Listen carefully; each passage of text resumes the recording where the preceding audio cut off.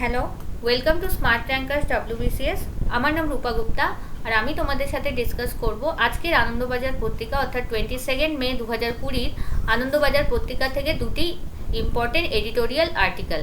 আজকের এডিটোরিয়াল সেকশনে আমফান বা অম্ফন নিয়ে কোনো আর্টিকেল আসেনি, সেজন্য আজকে আর্টিকেল আমরা ডিসকাস করব না, কিন্তু আমি এক্সপেক্ট করছি কালকে এডিটোরিয়াল সেকশনে বিস্তারিতভাবে এই সম্পর্কে এডিটোরিয়াল আসবে, তখন আমরা ডিসকাস করে নেব এই যে যা যা এই আমফানে ক্ষতিগ্রস্ত হয়েছে এবং তার সাথে সাথে ফিউচারে কি ব্যবস্থা নেওয়া যেতে পারে এগুলো কিন্তু আমাদেরকে জানতে হবে। আমরা কালকে সেটা দেখে নেব। যদি নাও পেপারে আসে তবুও কিন্তু আমরা আলাদা কোনো আর্টিকেলস থেকে নিউজ পেপারে সেটা ডিসকাস করে নেব। তবে আজকে যেই আর্টিকেল রয়েছে সেটা হচ্ছে Nobel prize winner Abhijit Binayak Bandyopadhyay, তাকে যখন প্রশ্ন করা হলো ইকোনমিক প্যাকেজ যেটা 20 লাখ করোড়, যেটা আমরা প্রায় প্রতিদিনই পড়ছি যেই প্যাকেজের সম্পর্কে, যেটার সমালোচনা হচ্ছে অনেকটাই, তো সেটা নিয়ে অভিজিৎ বিনায়ক বন্দ্যোপাধ্যায় নোবেল প্রাইজ যিনি অর্থনীতিতে জিতেছেন তার কি মতামত সেটা কিন্তু এখানে বলা হচ্ছে। তার একটা ইন্টারভিউ প্রকাশিত হয়েছে এবং তাকে বিভিন্ন প্রশ্ন করা হয়েছে, তার উত্তরে তিনি কি কি দিয়েছেন উত্তর সেটা আমরা দেখে নেব। তো প্রথম প্রশ্নটা তোমরা দেখতে পাচ্ছ, 20 লক্ষ টাকার আর্থিক প্যাকেজ দেখে কি মনে হচ্ছে, এটা জিজ্ঞেস করা হয়েছিল। তো তার উত্তরে তিনি কি বলেছেন এটা আমরা দেখে নিচ্ছি। অভিজিৎ বিনায়ক বন্দ্যোপাধ্যায় বললেন, মনে হচ্ছে যে কেন্দ্রীয় সরকার ধরেই নিচ্ছে যে আর্থিক যোগানের দিকটা যদি জোরদার করা যায় তাহলে চাহিদা বৃদ্ধির আর কোনো সমস্যা হবে না, এটা তিনি বলছেন। আর শেষ অবধি তা সত্যি হবে কি না তা নিয়ে কিন্তু সংশয় থেকেই যায়। তো তিনি বলছেন যে কেন্দ্রীয় সরকার ধরে নিয়েছে যে যদি আমরা সাপ্লাই সাইডটা বাড়িয়ে ফেলি, ঠিক আছে, তাহলে কিন্তু চাহিদা অটোমেটিকলি বৃদ্ধি পাবে বা বৃদ্ধির কোনো সমস্যা হবে না, এটা ধরে নিয়ে কিন্তু এই প্যাকেজটা ঘোষণা করছে বলে মনে হচ্ছে। কিন্তু আদতে বা রিয়েলিটিতে কি সত্যি তা হবে কি না সেটা নিয়ে কিন্তু তিনি সংশয় প্রকাশ করেছেন। প্রথমত, বরাদ্দ টাকা শেষ অবধি রাজ্যগুলোকেই কিন্তু খরচ করতে হবে।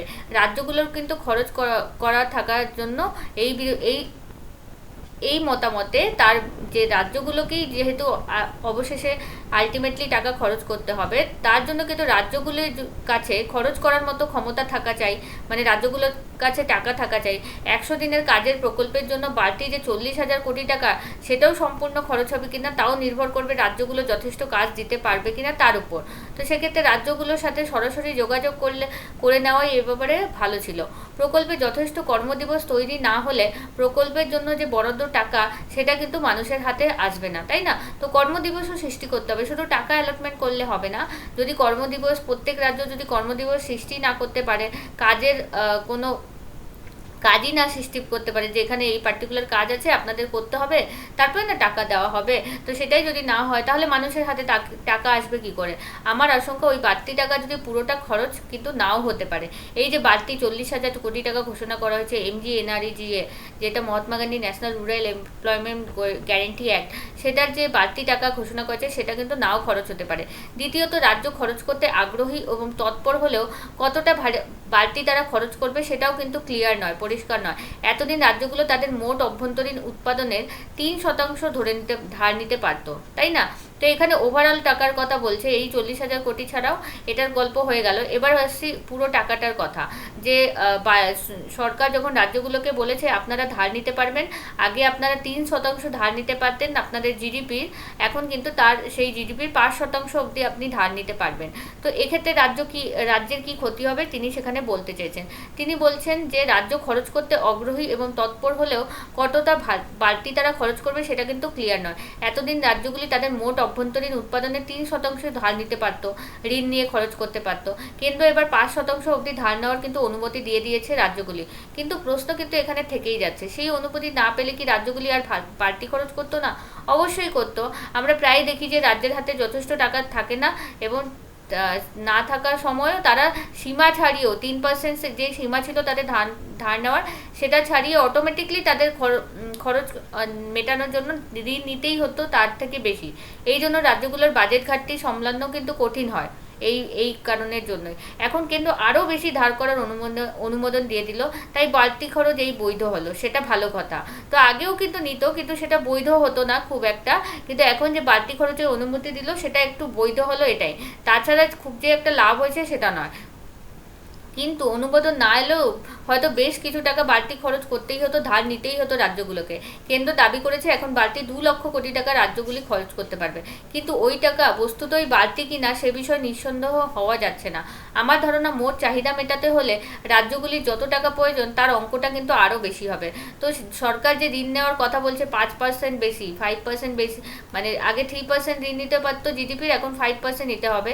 সেটাও কিন্তু খরচ মেটাতে উপযোগী হবে কি না, যথেষ্ট হবে কি না, সেটা কিন্তু এখনই বলা যাচ্ছে না, এবং তিনি সন্দেহ প্রকাশ করেছেন যে এটা যথেষ্ট হবে না।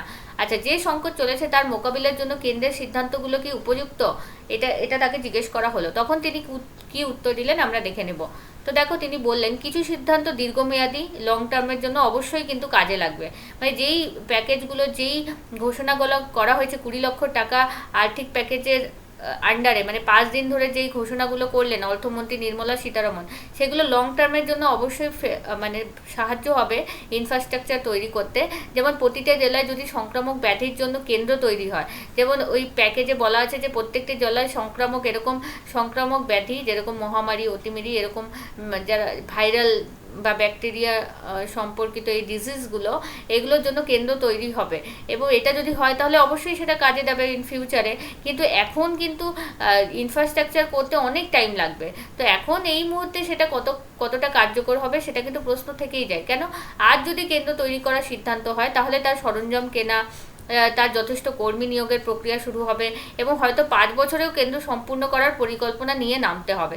তাহলে টোটাল 5 বছর বা তারও বেশি সময় নিয়ে লেগে যেতে পারে এই যে প্রত্যেকটা জেলায় যে সংক্রামক ব্যাধির জন্য কেন্দ্র বা সেন্টার তৈরি করার কথা বলা হয়েছে তাতে। আচ্ছা, এখনই তা থেকে কিন্তু খুব বেশি কিছু প্রত্যাশা করা যাচ্ছে না। তেমনি অনেকগুলো সংস্কার ঘোষণা করেছে কেন্দ্র, সেগুলোর কথা কিন্তু আগেই উঠেছিল।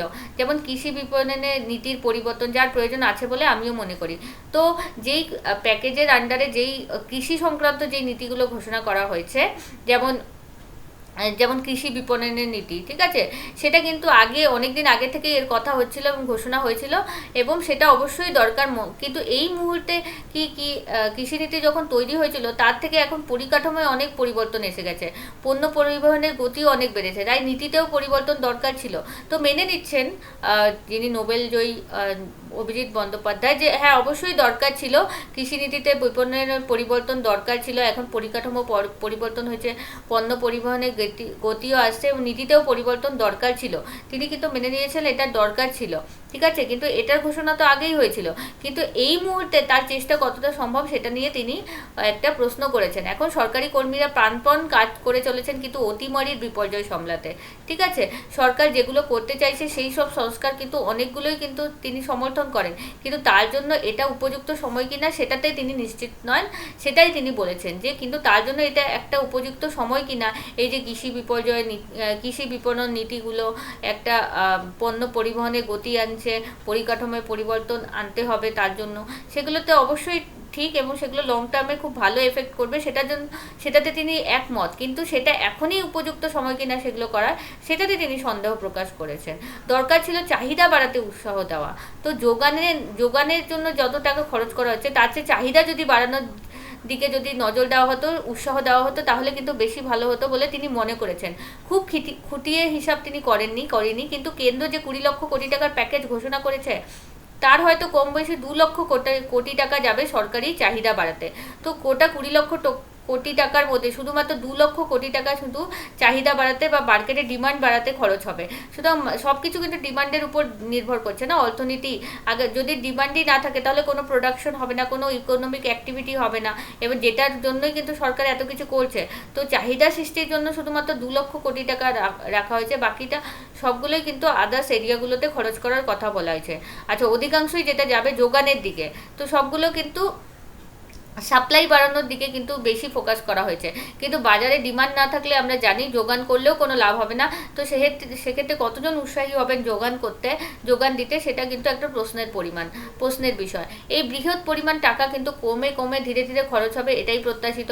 খরচ হলে তবে মানুষের হাতে টাকা আসবে, তবে সেই খরচ করতে পারবে, চাহিদা বাড়বে, কিন্তু তাতে হয়তো বেশ খানিকটা সময় লাগবে। এবং এই যে প্যাকেজগুলো আন্ডারে হয়তো খুব খরচ যেটা ধীরে ধীরে যখন মানুষের হাতে টাকা আসবে সে খরচ করতে পারবে, তারপরে খরচ করতে পারলে চাহিদা বাড়বে, কিন্তু সেটাতে অনেক বেশি টাইম লেগে যাবে বলে তিনি মনে করেন।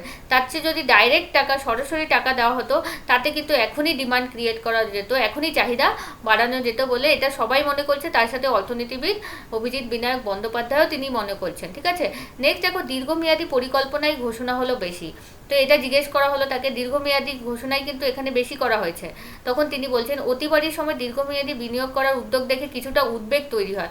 তিনি কিছুটা কিন্তু তার উদ্বেগ হয়েছে এই নিয়ে, যে এই সময় অতিমারির সময় যখন একটা খুব শর্ট টার্ম মেজারের দরকার ছিল, মানে যেটা এখনই হেল্প করতে পারে সকলকে, প্রত্যেকটা আমাদের সমাজের প্রত্যেকটা গোষ্ঠীকে এখনই যেটা হেল্প করতে পারে, সেরকম একটা এখন দরকার ছিল, তাই না?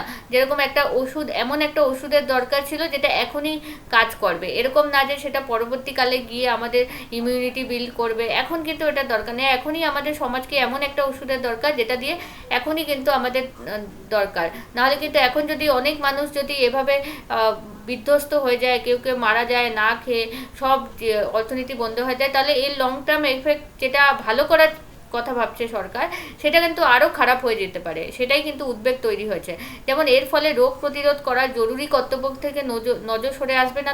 তো এই যে এত গুরুত্ব দেওয়া হচ্ছে এই আর্থিক প্যাকেজের উপর, এবং এটা আমারও পার্সোনাল কিন্তু কনসার্ন ছিল যে এরকম যে এত বেশি এটার উপরে প্রতিদিন নিউজ আসছে, এবং এতদিন যেটার পেছনে আমরা ছিলাম, মানে কোথায় কি রোগ হচ্ছে, কিভাবে সোশ্যাল ডিস্ট্যান্সিং ঠিকমতো মানা হচ্ছে কিনা, সেটা থেকে কিন্তু আমাদের ফোকাসটাও সরে আসতেছে। তার সাথে সাথে কিন্তু সরকারও তার কর্তব্য থেকে, এই যে অতিমারি রোগ প্রতিরোধ করার যে কর্তব্য, তার সাথে সাথে অন্যান্য হেলথ ফেসিলিটিগুলো ভালো করার যে কর্তব্য, সেখান থেকে সরে আসবে না। তো সরকারি সিদ্ধান্তগুলো কিন্তু খুব বড় মাপের, অনেকগুলোই কিন্তু বেশ বিতর্কিত, এইগুলো যেগুলো নিয়ে তেমন দ্বিমত নেই, সেগুলো ঠিকমতো রূপায়ণ করতে চাইলে অনেকটা সময় আর প্রচেষ্টা দরকার। এবং বেশিরভাগ এর মধ্যে, প্যাকেজের মধ্যে বেশিরভাগই বিতর্কিত, এবং যেগুলো বিতর্কিত নেই, যেগুলো সকলেই একমত, সেগুলোও রূপায়ণ করতে চাইলে এখন অনেকটা সময় আর প্রচেষ্টার দরকার, তাই না? তো এই মুহূর্তে এগুলো কি করা সম্ভব হবে সেটাই বলছে, কারণ এখন বেশিরভাগ লোকজনের দরকার আমাদের করোনার, মানে যেটা রোগ প্রতিরোধ ক্ষমতা, যেটা করোনার হাত থেকে স্বাস্থ্যকে বেশি ফ্যাসিলিটেট করার বেশি দরকার ওদিকে। তাছাড়া ইকোনমিক অ্যাক্টিভিটিসগুলো বাড়ানোর, ডাইরেক্ট ক্যাশ দেওয়ার বেশি দরকার। তা না করে এই যে বিভিন্ন জায়গায় যে ফোকাস করা হচ্ছে, লং টার্ম জিনিসগুলোতে যে ফোকাস করা হচ্ছে, তা নিয়ে তিনি উদ্বেগ প্রকাশ করেছেন। আচ্ছা, আমি এর কিছু সিদ্ধান্ত সমর্থন করি, কিন্তু এও মনে করি যে আজ এই সময় যা করা দরকার, সেই কর্তব্য করার গুরুত্বটা কখনোই কিন্তু লঘু করে দেখা চলে না। তো অভিজিৎ বিনায়ক বন্দ্যোপাধ্যায় বলছেন, তিনি যে সিদ্ধান্তগুলো নিয়েছেন সরকার, তিনি অবশ্যই সমর্থন করেন, কিন্তু এটাও তিনি মনে করেন যে এই সময় যা করা দরকার, সেই কর্তব্য করার গুরুত্বটা কিন্তু কখনোই আমরা লঘু করে দেখব না। অর্থাৎ এখন যে মহামারী, তার সাথে লড়াই করার যে গুরুত্বটা, সেটা কিন্তু আমরা কখনোই ছোট করে বা লঘু করে দেখব না। বিশেষ করে যখন আমাদের প্রশাসনিক ক্ষমতা সীমিত, তাই না? আমাদের প্রশাসনিক ক্ষমতা এটা নয় যে বিশাল বড় ইনফ্রাস্ট্রাকচার ভালো, সবসময় আমাদের প্রশাসনিক ক্ষমতা, হেলথ সেক্টর বলো, যে কোনো সেক্টরে কিন্তু আমাদের ক্ষমতা সীমিত, কারণ আমাদের ইনফ্রাস্ট্রাকচার কিন্তু উন্নত দেশগুলোর মতো অতটা ভালো নয়। সেরা কর্মীরা অতিমারিকে নিয়ন্ত্রণ আনতে সম্পূর্ণ নিয়োজিত এখন রয়ে গেছেন, তাই না? যদি মনে করতে পারতাম যে সংকট অনেকটাই কেটে গেছে, তাহলে এই দুশ্চিন্তা তার হতো না। কিন্তু এখনও কিন্তু আমাদের দেশে কিন্তু দেখতে পাচ্ছি প্রতিদিনই রোগের হার, যেরকম 5,000 প্রতিদিন, এখন 5,000-এর বেশি করে রোগ বাড়ছে, মানে সংক্রমণ বাড়ছে, আক্রান্তের সংখ্যা বাড়ছে। তো সেক্ষেত্রে কতটা এই প্যাকেজের আন্ডারে যে দীর্ঘমেয়াদী উদ্যোগগুলো নেওয়া হয়েছে সরকারের তরফ থেকে, সেটা কতটা এখনই নেওয়া দরকার ছিল বলে তিনি সন্দেহ প্রকাশ করেছেন। কিন্তু বাস্তব এটাই যে লকডাউনের পর সুনিয়ন্ত্রিতভাবে ধাপে ধাপে জনজীবনকে স্বাভাবিক করা একটা কঠিন কাজ। অবশ্যই এটা কঠিন কাজ, যে এই যে লকডাউন যখন ধীরে ধীরে লকডাউন তুলবে, তারপরে সুনিয়ন্ত্রিতভাবে একটা ধাপে ধাপে জনজীবনকে স্বাভাবিক করা একটা কঠিন কাজ হবে। প্রতি মুহূর্তে নিশ্চিত করতে হবে যে সংক্রমণের বিস্ফোরণ যেন না হয়, এখন তার উপরেই মনোনিবেশ করতে হবে। তো দুইটা জিনিস লক্ষ্য করতে হবে, একটা তো লকডাউন ধীরে ধীরে খুলতে হবে, স্বাভাবিক করতে হবে, জীবনযাপন, অর্থনীতি, কাজকর্ম বাড়াতে হবে। তার দিকে দেখতে হবে সংক্রমণের যেন হঠাৎ করে কোনো বিস্ফোরণ না ঘটে। এই যে কাজকর্ম, আর্থিক নীতি যখন খুলবে, ট্রান্সপোর্টেশন যখন আরও বেশি হবে, তখন কিন্তু এই সংক্রমণের বিস্ফোরণ হতে পারে। তো সেক্ষেত্রে সেদিকেও কিন্তু নজর দেওয়া দরকার, এবং তার উপরেই মনোনিবেশ করতে হবে। সংস্কার শুরুর জন্য খুব ভালো সময় এটা নয়। তো এই যে সংস্কারগুলো ঘোষণা করা হয়েছে ইকোনমিক ইকোনমিক প্যাকেজের আন্ডারে, সেটা শুরু করার জন্য এটা কিন্তু তিনি মোটেও ভালো সময় বলে মনে করছেন না, মোট কথা। নেক্সট প্রশ্ন তাকে করা হলো, অনুদান না দিয়ে বেশি করে ঋণ দেওয়ার পক্ষপাতী কিন্তু এখন সরকার। তো সরাসরি অনুদান না দিয়ে তারা কিন্তু ব্যাংকের মাধ্যমে ঋণ দেওয়ার পক্ষপাতী সরকার। যদি চাহিদা বৃদ্ধি সবচাইতে জরুরি হয়, তাহলে এই নীতিটা কতটা কার্যকর হবে তাকে প্রশ্ন করা হলো। তারপরে তিনি কি বললেন আমরা দেখে নেব। এই নীতি কাজ করবে কিনা তা নির্ভর করবে 3টে প্রশ্নের উত্তরের উপর। প্রথম প্রশ্ন, ব্যাংক কি সত্যিই ঋণ দিবে? যেহেতু সরকার বলেছে ব্যাংকের মাধ্যমেই তারা ঋণ দিতে চায়, যারা ব্যবসায়ী আছে, ছোট ব্যবসায়ী, দোকানদার, গরিব মানুষ, যারাই হোক, যাদের দরকার এখন, কিন্তু ব্যাংক কি সত্যিই ঋণ দিবে? অনেক ক্ষেত্রেই দেখা যায় ব্যাংক মুখে আগ্রহ দেখালেও কাজের বেলায় কিন্তু তারা নানা বাহানায় ঋণ দিতে চায় না। তারা সেখানেই ঋণ দিতে চায় যেখান থেকে তাদের একটা বেনিফিট বা প্রফিট আসার, একটা ভালো প্রফিট আসার কিন্তু সুযোগ থাকে, তাই না? বা এই গ্যারেন্টিটা থাকে এখান থেকে আমরা আমাদের টাকাগুলো ফেরত পাবো উইথ আমাদের ইন্টারেস্ট। ওকে, তো ব্যাংকের ভূমিকা কিন্তু নির্ভর করবে কেন্দ্রের উপর। তো ব্যাংকের এখন তিনি বলছেন অবশ্যই ব্যাংকের মাধ্যমে ঋণ দিলে অবশ্যই কিছুটা একটা অবশ্যই সুফল পাওয়া যাবে, কিন্তু এটা নির্ভর করবে কেন্দ্রের উপর। কারণ ব্যাংকগুলো গাছাড়া মনোভাব দেখায় এরকম ক্ষেত্রকে ঋণ দেওয়ার ক্ষেত্রে যারা এরকম প্রফিট দিতে পারে না। তো কেন্দ্র যদি ঋণ দেওয়ার অঙ্গীকার করেও আসলে টাকাটা দিতে তাদের জোর না করে, তবে ব্যাংকগুলো কিন্তু মুঠো খুলবে না। কেন্দ্র যদি সত্যিই চাপ তৈরি করে তাহলেই কিন্তু ব্যাংক ঋণ দিতে পারবে। তাহলে কেন্দ্রকে প্রতিনিয়ত ব্যাংকগুলোর উপর চাপ দিতে থাকতে হবে, নাহলে কিন্তু ব্যাংকগুলো মোটেও ঋণ দিতে উৎসাহী হবে না।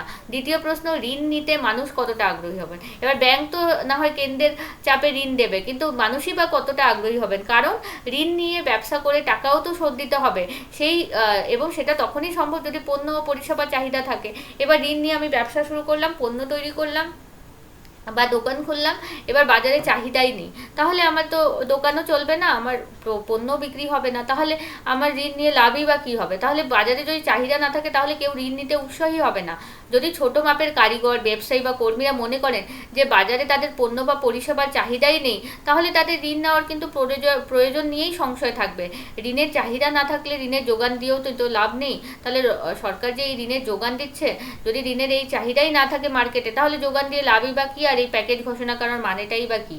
তৃতীয় প্রশ্ন, ঋণ শোধ না করলে তার ঝুঁকি কতটা? এবার সকলে দেখে যে ঋণ এই সময় তাদের তো পরিস্থিতি খারাপ যারা ঋণ নিবে, এবং সেটা যদি তারা শোধ না করতে পারে, এই যে মার্কেটে এরকম একটা তাদের ডাউট আছে মার্কেটে, ঠিক আছে, এরকম একটা পরিবেশ, ডাউটের পরিবেশে তাদের বিজনেস চলবে কিনা, তাদের পণ্য বিক্রি হবে কিনা, তাদের সার্ভিস বিক্রি হবে কিনা, তাহলে এই যে ঝুঁকি, ঋণ শোধ না করার যে ঝুঁকি থাকবে, তো ঋণ খেলাপি গ্রাহকের যারা নন পারফর্মিং অ্যাসেটস হয়ে যায়, যারা ঋণ দিতে পারে না, তার প্রতি সরকার বা ব্যাংক কতটা কঠোর হবে তার উপরেও কিন্তু ডিপেন্ড করবে। যদি মানুষের মনে এমন আস্থা থাকে যে সরকার নমনীয় থাকবে, ব্যবসার জন্য ঋণ দিয়ে এই দুঃসময় টাকাটা অন্য বস্তের সংস্থানে লাগিয়ে ফেললে ঘটিবাটি কেড়ে নিয়ে যাবে না, তাহলে হয়তো তারা কিছুটা ঝুঁকি নিয়েও কিন্তু ঋণ নিতে পারেন। এখন যে সরকার কোনো বন্ধক ছাড়াই ঋণ দিচ্ছে, তাতে হয়তো সাহস করে কিছু লোক ব্যবসা শুরু করতে পারেন, আর তাতে চাহিদাও কিছুটা বাড়তে পারে। ঠিক আছে, তো একটা জিনিস তিনি বলেছেন যে এখন সরকার কোনো বন্ধক বা কোল্যাটারাল ছাড়া ঋণ দিচ্ছে, তাতে হয়তো সাহস করে কিছু লোক ব্যবসা শুরু করতে পারেন, আর তাতে চাহিদাও কিন্তু কিছুটা বাড়তেই পারে। কিন্তু সাধারণ মানুষের ঋণ নেওয়ার উৎসাহ অনেকটাই নির্ভর করবে ঋণ নেওয়া কতটা নিরাপদ সেই ধারণার উপরেই। কিন্তু ভয় পেলে ঋণ দিতে চেয়েও কাজ হবে না, যেটা আগে বললাম সেটাই। ওকে, তাই কেন্দ্রের ঘোষিত নীতিতে চাহিদাকে উৎসাহ দেওয়া কিন্তু অসম্ভব নয়। তো চাহিদাকে কিন্তু উৎসাহ দেওয়া কিন্তু অসম্ভব নয়। তিনি বলেছেন মনিটারি পলিসি বা আর্থিক নীতি ব্যবহার করেও চাহিদা উস্কে দেওয়া যায়। তো মনিটারি সরকার এমপিসি বা মনিটারি পলিসি কমিটির মাধ্যমে এই যে বিভিন্ন ধরনের যে রেটগুলো ডিসাইড করে, তার মাধ্যমে কিন্তু চাহিদাকে ওঠানামা করতে পারতো, এটাই তিনি বলেছেন ফাইনালি। ঠিক আছে, নেক্সট দেখো, কিন্তু ঋণ দেওয়ার চাইতে সরকারি 5,000 কি 7,000 টাকা দরিদ্রের ব্যাংকের অ্যাকাউন্টে পাঠালে তা কি বেশি কাজে দিত না? এটা জিজ্ঞেস করা হলো। তার উত্তরে তিনি বললেন, হ্যাঁ, দরিদ্রের জন্য সেটা ভালো হতো। যারা সত্যিই দরিদ্র তারা কেন্দ্রের প্যাকেজে কিন্তু এই প্যাকেজে কোনোভাবে লাভবান হবেন না। যারা দরিদ্ররা কেই বা ঋণ নেয়, আমরা যদি আশেপাশে দেখি কতজনই বা ঋণ নেয় আমাদের আশেপাশে। তো যে পরিযায়ী শ্রমিকের কাজ গেছে তাকে এখনই কিন্তু টাকা দেওয়ার দরকার ছিল। তারা যদি তাদের হাতে টাকা আসলে তারা খরচও করতো, তো মার্কেটের ডিমান্ডও বাড়তো, এবং ছোট ছোট ব্যবসায়ী ঋণ নিয়ে কাজও করতে পারতো। তো দুটোই দরকার ছিল। একটা প্যাকেজ হয়তো একটু কম ঘোষণা করলেন, কিন্তু ডাইরেক্ট যদি টাকা যোগান দেওয়া যেত গরিবদের, যারা সত্যিই গরিব, যারা দরিদ্র, যারা পরিযায়ী শ্রমিক, তাহলে কিন্তু ওভারঅল একটা সিচুয়েশন ভালো হতো। আর অর্থনীতিকে আরও শক্তিশালী করতে দীর্ঘমেয়াদী বিনিয়োগ অবশ্যই কাজে দেয়, অবশ্যই দীর্ঘমেয়াদী লং টার্ম যে ইনভেস্টমেন্ট হয় সেটা কাজে দেয় এবং সেই খাতে খরচ করা নিশ্চয়ই ভালো। কিন্তু এখন যে সংকট চলছে তার মোকাবিলায় দরিদ্রকে সরাসরি টাকা দেওয়া কিন্তু দরকার। এই প্যাকেজ যতটা ব্যবসায়ীর দিকে গিয়েছে দরিদ্রের দিকে কিন্তু ততটা নয়, এটাই তিনি ফাইনালি বলেছেন। ঠিক আছে, তো যাই হোক, এটাই ছিল তার ইন্টারভিউ এবং আমরা যেগুলো পড়েছি কম বেশি সেগুলোই এখানে লেখা ছিল এতদিন ধরে আমরা যেগুলো পড়েছি। তো শিক্ষার অনধিকার, এটা একটা আর্টিকেল ছিল যেটা ডিজিটাল ডিভাইস, যেটা অনলাইন এডুকেশন নিয়ে আমাদের বিভিন্ন প্রশ্ন চলছে সেটা নিয়ে কিন্তু একটা এখানে বলা রয়েছে। তো দেখো, লকডাউন প্রত্যাহত হওয়ার পরেও অনলাইন শিক্ষার অভ্যাস জারি রাখতে হবে, জানালেন অর্থমন্ত্রী নির্মলা সীতারমণ। গৃহবন্দিত্ব এবং দূরত্ব বজায় রাখা যে সমাজের নূতন নিয়ম, ডিজিটাল ব্যবস্থা তাহার স্বাভাবিক অঙ্গ হয়ে উঠবে, যাকে বলে নিউ নর্মাল। তো কোনো কিছু নিউ নর্মাল মানে কি, কোনো জিনিস যেটা আগে খুব মাঝে মাঝে ইউজ হতো কিন্তু এখন হচ্ছে আমাদের প্রতিদিনের জীবনযাপনে যদি ঢুকে যায় বা প্রতিনিয়ত আমরা সেগুলোকে দেখতে পাই, তখন সেটা হয়ে যায় নিউ নর্মাল। নর্মাল মানে স্বাভাবিক এবং নিউ নর্মাল মানে নতুনভাবে সেই জিনিসটাকে স্বাভাবিক করা হচ্ছে। তো এটাই ডিজিটাল ব্যবস্থা বা অনলাইন এডুকেশন, সব জায়গায় ডিজিটাল ব্যবস্থা ইউজকেই এখনকার দিনে নিউ নর্মাল বলা হচ্ছে। ইন্টারনেট এখন আর বিকল্প নয়, এখন হচ্ছে বাধ্যতা বা কম্পালসারি হয়ে গেছে। সেই অবশ্যম্ভাবিকতার কথা মাথা রেখেই এতে পটু হয়ে ওঠা, যেমন নাগরিকদের দায়িত্ব ব্যবস্থা আরও পোক্ত করার দায়িত্বটা কিন্তু সরকারের। তো এই যে ইন্টারনেট এখন যে বিকল্প নেই, এটা বাধ্যতা হয়ে গেছে। এই যে অবশ্যম্ভাবিকতা মানে এটা একদম অবশ্যম্ভাবিকতা করে দেওয়া হয়েছে ইন্টারনেটকে, সেটা মাথায় রেখে যেরকম নাগরিকের দায়িত্ব এই কাজে স্কিলড হয়ে যাওয়া, এই যে ইন্টারনেট ব্যবহারের জন্য সে শিখে নেবে, সে স্কিলড হয়ে যাবে এগুলো শিখতে, কিন্তু সরকারেরও দায়িত্ব আছে। সরকারের কি দায়িত্ব? ব্যবস্থা, এই যে ইন্টারনেটের পরিষেবা সেটাকে আরও পোক্তা করার দায়িত্ব, এই মোবাইল পরিষেবা ডিজিটাল পরিষেবা পৌঁছানো দায়িত্ব কিন্তু সরকারের রয়েছে। মুশকিল হলো এই নতুন স্বাভাবিকতাকেও কেন্দ্রের শাসকরা তাদের পুরাতন পরিচিত ছদ্ম জাতীয়তার ছাঁচে ঢালিয়ে নিতে উন্মুখ হয়ে আছে। এক দেশে এক ভাষা, এক খাদ্যাভ্যাস, এক কর ব্যবস্থা ইত্যাদির পর এবার হাজির হয়েছে এক ডিজিটাল প্ল্যাটফর্ম, এক চ্যানেল প্রকল্প। এই আর্টিকেলটি মেনলি পিএম ই বিদ্যা পোর্টাল বা 1 থেকে 12 ক্লাস পর্যন্ত যে টিভি চ্যানেলে স্টার্ট করা হচ্ছে সেটাকে নিয়ে একটু বলা হচ্ছে, বা ডিক্সা যে পোর্টাল আছে যেখানে বিভিন্ন অনলাইন এডুকেশন রিলেটেড অনলাইন যেই পরিষেবাগুলো দেওয়া হচ্ছে সেটা নিয়ে কিন্তু এখানে বলা হয়েছে। তো সবাই কিন্তু সেই যে সুবিধা নিতে পারবে না, কারণ সবার কাছে মোবাইল নেই, সবার কাছে ইন্টারনেট নেই, ইন্টারনেট থাকলে স্পিড নেই, অনেকের কাছে টাকা নেই, এই জিনিসগুলো কিন্তু বাধা হয়ে দাঁড়িয়েছে। তো সমগ্র দেশে স্কুল শিক্ষার জন্য দীক্ষা নামক একটা ডিজিটাল প্ল্যাটফর্ম তৈরি হবে। প্রত্যেক শ্রেণীর জন্য থাকবে একটি করে টিভি চ্যানেল এবং অনলাইন লেখাপড়ার কেন্দ্রীভূত ব্যবস্থাটি পিএম ই বিদ্যা প্রকল্পের নামে প্রচলিত হবে, এটাই আমরা জেনেছি।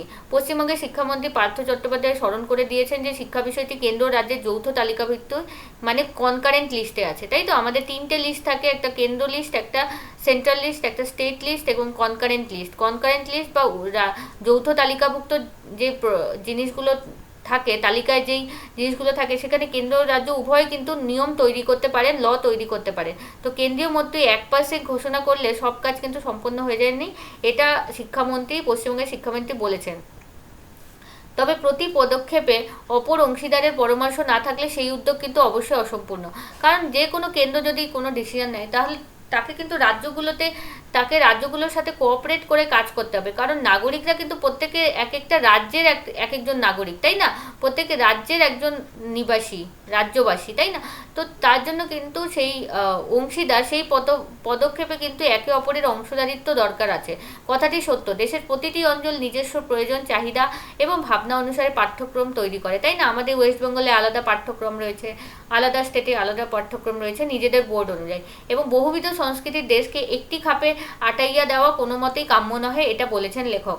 আরও একটি জরুরি প্রশ্ন থেকে যায়, অনলাইন লেখাপড়ার পূর্ব শর্ত কি পূরণ হয়ে গিয়েছে? অনলাইন লেখাপড়ার জন্য যে ইনফ্রাস্ট্রাকচার দরকার, যে আগে থেকে যেই জিনিসগুলো থাকা দরকার রেডি, সেগুলো কি হয়ে গেছে? প্রত্যেক পড়ুয়ার ঘরে ইন্টারনেট সংযোগ আছে, স্মার্ট ডিভাইস আছে, মানে মোবাইল ফোন বা অন্যান্য ল্যাপটপ বা কম্পিউটার কিছু আছে, টেলিভিশন সেটি কি বা সবার বাড়িতে আছে? 5 বছর ধরে ডিজিটাল ইন্ডিয়ার গল্প শোনা যায়, তাহার অগ্নিপরীক্ষা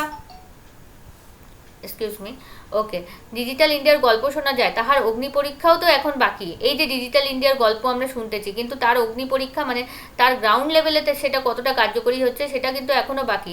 প্রতিটি গ্রামে দ্রুত গতির ইন্টারনেট পৌঁছানোর পূর্বেই কিন্তু নতুন মঞ্চের প্রস্তুতি এখন চলছে। তো এখনই ইন্টারনেটই পৌঁছায়নি প্রতিটি গ্রামে, তার আগেই কিন্তু নতুন মঞ্চ একটা প্রস্তুত হতে চলেছে। এই যে একটা অবশ্যই করে দেওয়া হচ্ছে ডিজিটাল পড়াশোনাকে, তো ডিজিটাল পোর্টালকে। তো এটা মোটেই কাম্য নয়। ছাত্রছাত্রীদের এক বিপুল অংশকে বাদ দেখে ভারতের শিক্ষা কি স্মার্ট হবে আদৌ?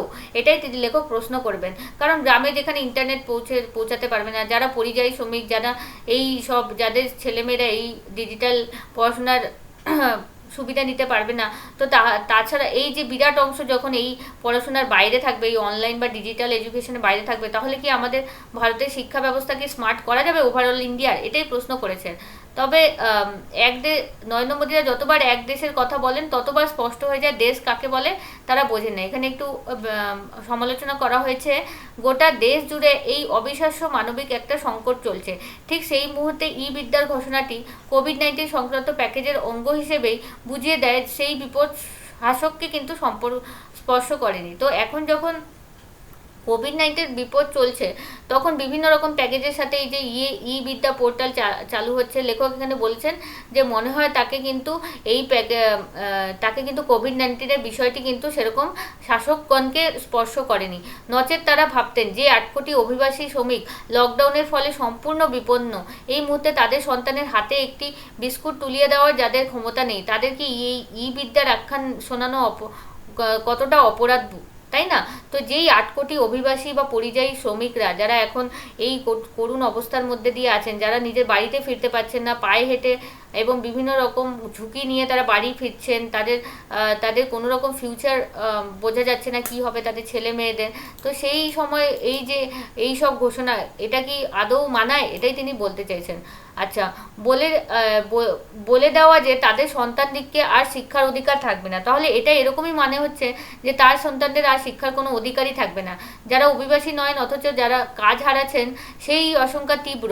তাদের সন্তানও কিভাবে এই নব্য স্বাভাবিক শিক্ষার পরিবেশে প্রবেশ করবে, অর্থমন্ত্রী তা বলেননি। তো অর্থমন্ত্রী যে ঘোষণা করেছেন এই বিদ্যা পোর্টাল এবং অন্যান্য, তো যারা অভিবাসী তো ছেড়েই দিলাম, তাদের সন্ততির কি হবে?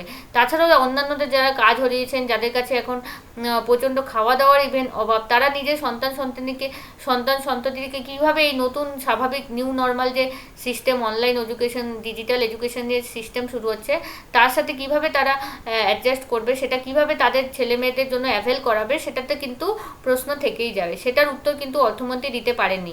দেশ বলতে তারা যে সম্পন্ন জনগোষ্ঠীকে জানেন, সে যে পরিসরে শিশুমাত্রেই প্রযুক্তিপ্রেমী, তিনি শুধু সেই পরিসরের জন্যই নীতি রচনা করেছেন। তো লেখক ওখানে বোঝাতে চাইছেন যে এই যে নীতিগুলো, ডিজিটাল এডুকেশন বা অনলাইন এডুকেশন নীতিগুলো, শুধুমাত্রই যারা প্রযুক্তিপ্রেমী, যাদের কাছে এই যে ফেসিলিটিসগুলো অ্যাভেলেবেল, তাদের জন্যই কিন্তু নীতিটা রচনা করেছেন।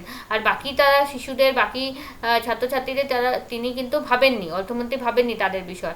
এবং যাহা হতে পারতো সকল ভারতের শিশুর উত্তরণের পথ, নিজস্ব অবিবেচনায় সরকার তাকে শুধু ক্ষমতাবানদের কুক্ষিগত করিয়া ফেলিল আরও একবার। তো শুধুমাত্র ক্ষমতাবান, যাদের কাছে এই ফেসিলিটি করার মতো যোগ্যতা আছে, যাদের মানে কি বলবো, যেটাকে যারা অ্যাফোর্ডেবিলিটি আছে, যারা অ্যাফোর্ড করতে পারবে, তারাই এই শিক্ষা নিতে পারবে। আগে যেরকম সর্বশিক্ষা ছিল, যে কেউ যে কোনো সময় সব জায়গায় প্রত্যেকটা গ্রামে গ্রামে স্কুলে গিয়ে শিক্ষা নিতে পারতো, এখন তো অ্যাফোর্ডেবিলিটি ব্যাপারটা চলে আসে। এখন যে অ্যাফোর্ড করতে পারবে, যার কাছে স্মার্ট ডিভাইস থাকবে, ইন্টারনেট থাকবে, তারাই এই সুযোগ নিতে পারবে, আদারওয়াইজ অন্যরা নিতে পারবে না। তো এটাই ছিল এই অনলাইন ডিজিটাল ডিভাইড বা অনলাইন যে নিউ নর্মাল হয়ে গেছে, নর্মালের কথা বলেছেন এই যে অনলাইন এডুকেশনের ব্যাপারে বা ডিজিটাল এডুকেশনের ব্যাপারে, সেটা নিয়ে একটা ডিসকাশন। ওকে, যাই হোক, আজকের মতো এই পর্যন্তই ছিল। আরেকটা যেটা বলেছিলাম প্রথমের দিকে, যে মানে আমফন নিয়ে কোনো রকম আর্টিকেল আসেনি। একটা আর্টিকেল এসেছিল, কিন্তু সেখানে সেরকম কোনো রকম ডিটেলে কোনো ইনফরমেশন দেওয়া ছিল না যেটা তোমাদের কোনো লাভ হবে। ঠিক আছে, সেজন্য আমি সেই আর্টিকেলটা ডিসকাস করিনি। কালকে কিন্তু অবশ্যই ডিসকাস হবে আমাদের আমফান নিয়ে। ওকে, থ্যাংক ইউ।